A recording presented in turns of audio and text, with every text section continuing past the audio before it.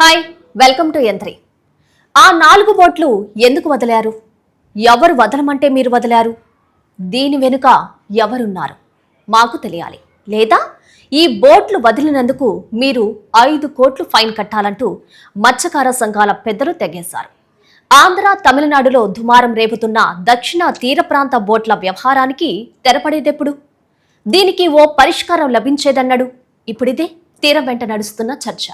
రాష్ట్ర వ్యాప్తంగా ఉత్కంఠను రేపిన మత్స్యకార కాపుల ప్రత్యేక సమావేశం భారీ జరిమానా విధింపు దిశగా సాగినట్లు తెలుస్తోంది. అక్రమ చేపల వేటకు వచ్చి మత్స్యకారులు పట్టుబడిన తమిళనాడు బోట్లు జువలదిన్నె ఫిషింగ్ హార్బర్ వద్ద ఉంచిన విషయం తెలిసిందే. మత్స్యకార కాపుల కాపలా, పోలీసు కస్టడీలో ఉన్న ఈ బోట్లు మాయం కావడం పట్ల మత్స్యకార గ్రామాల్లో దుమారం రేగింది. బోట్లను తప్పించడంలో 4 మత్స్యకారుల ప్రమేయం ఉందని గుర్తించి వారిని బంధించడం, ఆ 4 కాపులు మత్స్యకార కట్టుబాట్లకు విరుద్ధంగా వ్యవహరించారని వారిపై చర్యలకు ఉపక్రమించారు.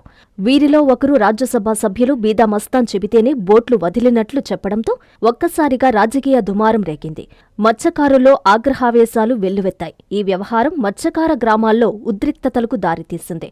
ఆ వెంటనే బీదా మస్తాన్ రావు తనకు సంబంధం లేదని, తాను ఏ విచారణకైనా సిద్ధమేనని, బోట్లు మిస్సింగ్ మిస్టరీని ఛేదించాలని ఆయన కూడా పట్టుబట్టారు. ఏకంగా ఆ శాఖ కేంద్ర, రాష్ట్ర మంత్రులకు, ముఖ్యమంత్రికి ఆయన ఫిర్యాదు చేశారు. దీంతో నెల్లూరు, ప్రకాశం, బాపట్ల, తిరుపతి జిల్లాల మత్స్యకార కాపులు నిజాలు నిగ్గు తేల్చాలని సోమవారం రాత్రి ప్రకాశం జిల్లా సింగరాయకొండ మండలం పాకల తీరంలో ప్రత్యేక సమావేశం ఏర్పాటు చేశారు.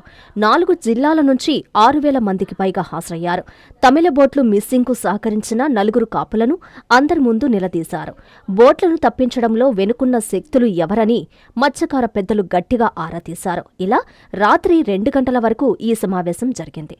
మత్స్యకారుల్లో 2 పార్టీల సానుభూతి పరులు ఉండడంతో ఎక్కడా రాజకీయ వ్యాఖ్యలు తలెత్తకుండా జాగ్రత్తలు తీసుకున్నారు. మత్స్యకార గ్రామాల్లో కట్టుబాటును గౌరవించి తప్పు చేసిన 4 కాపులకు భారీ జరిమానా విధించినట్లు తెలిసిందే. వారు అంత కట్టలేమని చెప్పడంతో మరోమారు సమావేశమై నిర్ణయం తీసుకునేలా తీర్మానించినట్లు సమాచారం.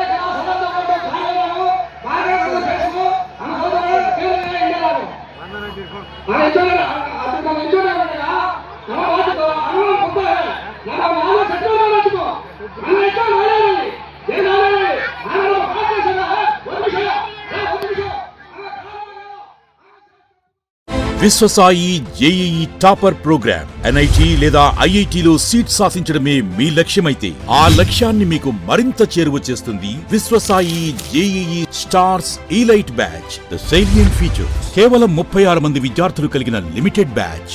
మా అనుభవజ్ఞులైన ఉపాధ్యాయ బృందం, విశ్వసాయి యూనిక్ స్టడీ మెటీరియల్ మరియు మ్యాథ్స్, ఫిజిక్స్, కెమిస్ట్రీలలో 10,000కు పైగా ప్రాక్టీస్ ప్రాబ్లమ్స్ తో step by step salvation, quick problem solving, revision booklet. Viswasai వారి జేఈఈ స్టార్స్ ఇలైట్ బ్యాచ్ లో చేరండి. విశ్వసాయి అంటేనే తల్లిదండ్రుల నమ్మకం, విద్యార్థుల విజయం. Viswasai educational society, Nellore, Tirupati.